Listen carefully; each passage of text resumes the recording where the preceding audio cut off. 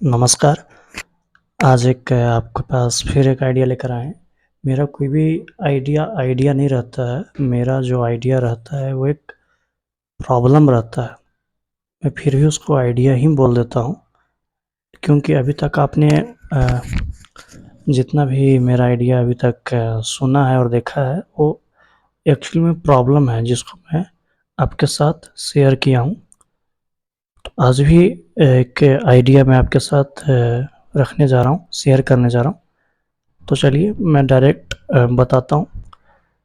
अ, अक्सर क्या है कि एक चीज़ दिमाग में कभी-कभी ख़्याल आ जाता है। वो ख़्याल क्या है, जैसे कि पता होना बड़ी बात है या नहीं पता होना बड़ी बात है। समझ पा रहे हैं? जैसे एक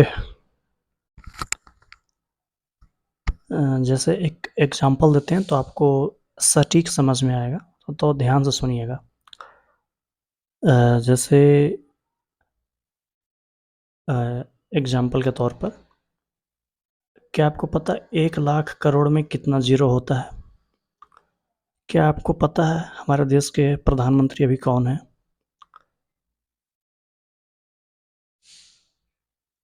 क्या आपको पता है कि अ, विराट कोहली कौन है? क्या आपको पता है ऑरेंज कैसिडी कौन है?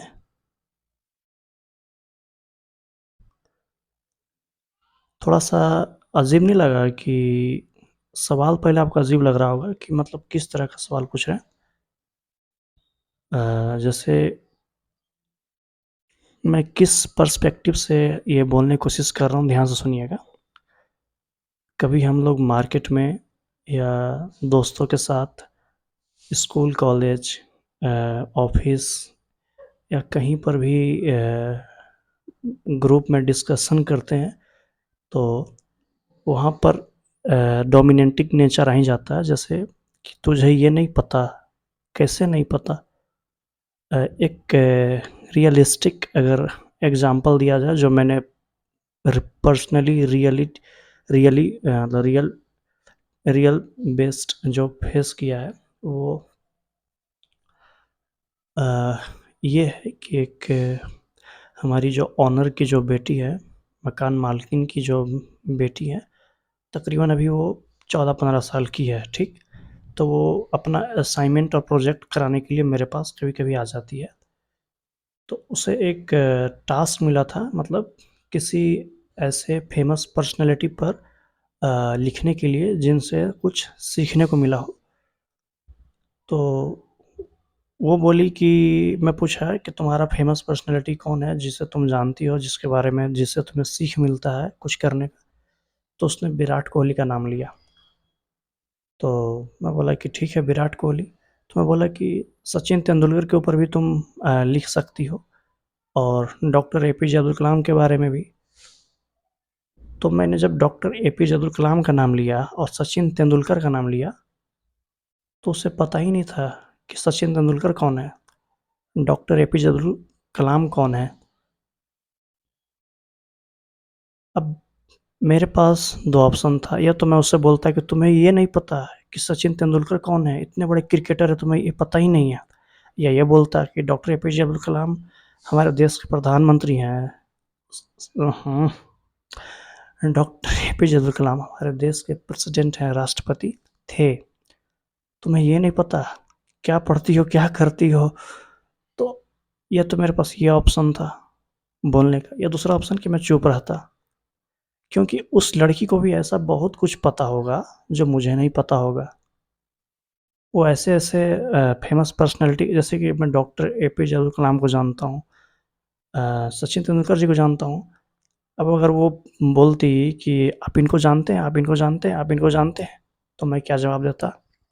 तो यही आज है, ये सिर्फ़ उस लड़की, मतलब उस बच्ची और मेरे बीच की बात नहीं है। अभी मैं 2-3 चीज़ आपसे पूछूँगा तो आपको खुद समझ में नहीं आएगा कि आपको खुद नहीं पता होगा।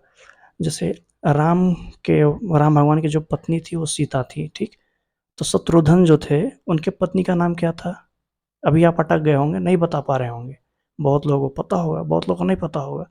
और जिनको पता रहता है वो हमेशा कॉन्फिडेंट में आ जाते हैं, और जिनको नहीं पता रहता वो हमेशा अ, उनका कॉन्फिडेंट डाउन हो जाता है।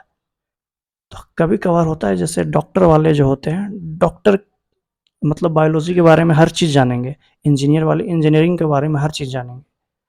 तो अब इस लिंक में क्या किया जाए जिसकी वजह से कोई प्रॉब्लम ना क्रिएट हो?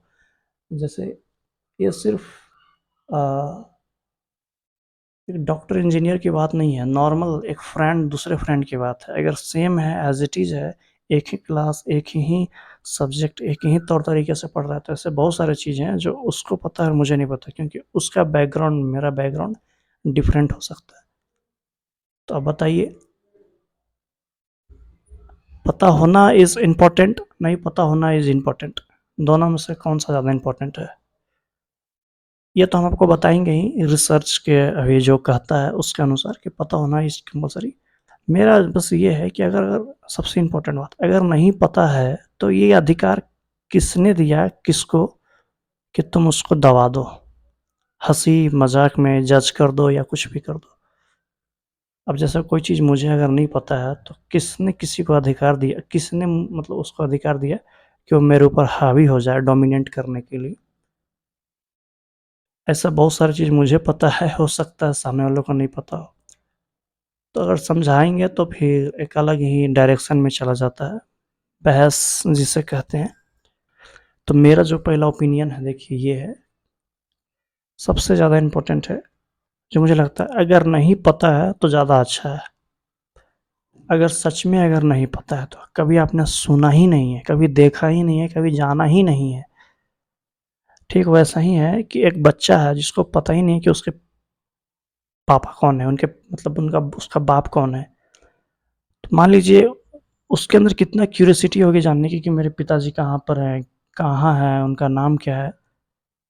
मतलब एक बच्चा है जो मतलब अनाथ है, मतलब उसको पता ही नहीं है, ना फ़ोटो देखा है, नाम जानता है, ना एड्रेस जानता है कि उसके पिताजी कौन है, क्या है। तो नहीं पता होना इट इज़ वेरी इम्पोर्टेंट, मतलब बहुत अच्छी बात है, मेरे अनुसार। तब ना हमारे अंदर क्यूरियोसिटी आएगी। लेकिन अगर हल्का-फुल्का भी पता है, तो फिर वहाँ से प्रॉब्लम क्रिएट हो जाता है। ये ठीक वैसे ही जैसे कि जानो तो पूरा जानो, नहीं जानो तो बिल्कुल ही मत जानो, क्योंकि आधा-अधूरा ज्ञान हमेशा गर्दन पे तलवार लटकने जैसा वाला बात हो जाता है, कि हमेशा आपके गर्दन पे तलवार लगी रहती है, कभी भी कट सकती है। अगर पता है तो पूरा ही पता होना चाहिए इस कॉन्टेक्स्ट में। तो ये भी है। नहीं तो फिर हर कोई एक दूसरे को इन्फीरिटी एंड सुपीरियरिटी कॉम्प्लेक्स से क्यों कोई देखता। तो चलिए अब मैं आपको बताता हूँ कि रिसर्च के क्या कहता है, उसी के बेसिस पर। तो इससे फैक्ट के अकॉर्डिंग और ट्रांसपेरेंट भी हो जाएगा।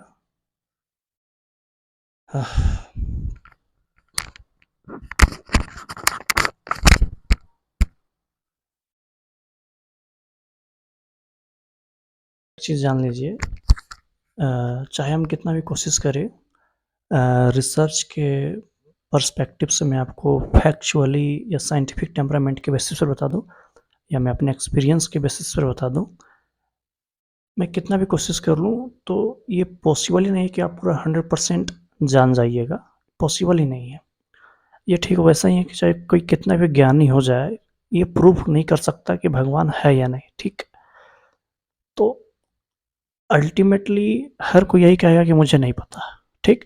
तो मैं यही कहूँगा कि आपको मैं कितना भी बता दूँ, लास्ट में यही रहेगा कि कुछ ना कुछ रह ही जाएगा।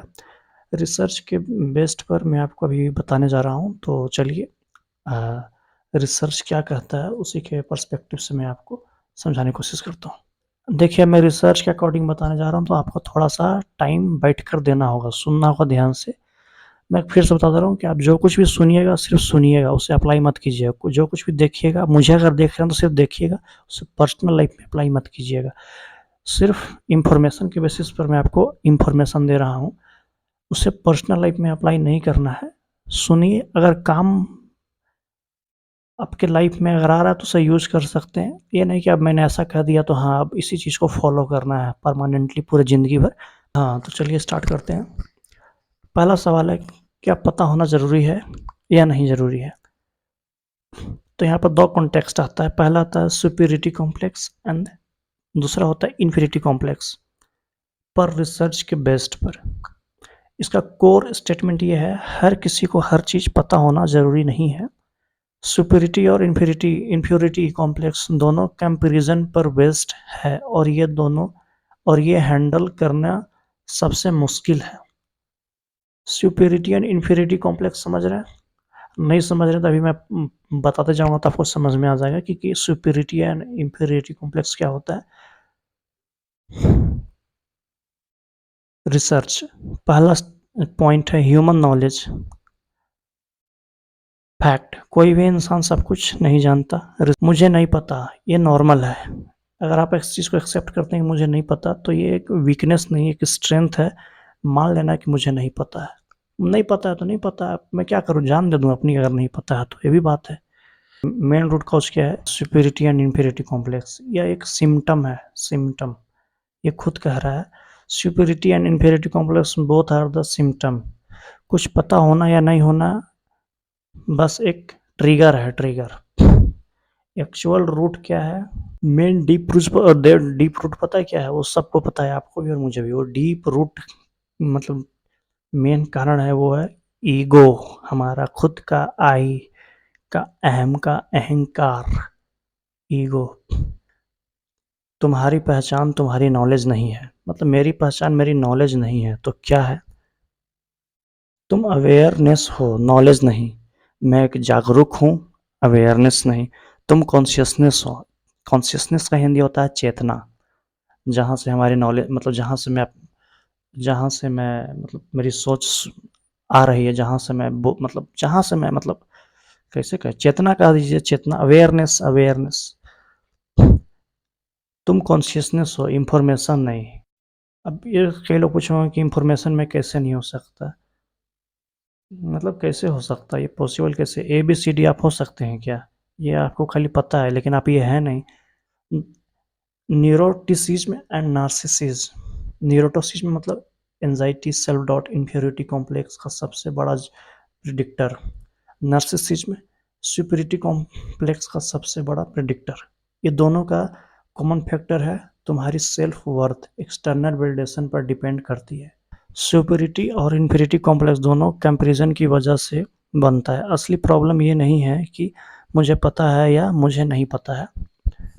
असली प्रॉब्लम ये है कि हम खुद को दूसरों से कंपेयर करते हैं। सॉल्यूशन कंपैरिजन बंद करो, खुद को एक्सेप्ट करो।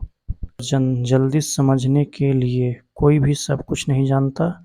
मुझे नहीं पता वीकनेस नहीं है, ये ऑनेस्टी है। अगर कोई पूछे तो सॉल्यूशन क्या है? सॉल्यूशन सिंपल है, कंपैरिजन बंद करो, खुद को वैसे ही एक्सेप्ट करो जैसे हो। मुझे नहीं पता, बाहर में जाए जनता। मैंने किसी तरह कंप्लीट करने की कोशिश की है और मतलब जितना मेरे से हो सका है, और अच्छा लगा है तो ठीक है। मतलब मैं एक इन्फॉर्मेशन देना चाहता हूँ जो जाना चाहिए, इससे अवेयरनेस हो जाएगा। देखिए, अगर सच में अगर हमें पता चल जाएगा तो कुछ करने की ज़रूरत ही नहीं है, ऑटोमेटिकली सब सही हो जाएगा। कैमरा भी वर्क नहीं कर रहा है लैपटॉप का। तो मिलते हैं अब हम लोग नेक्स्ट वीडियो में।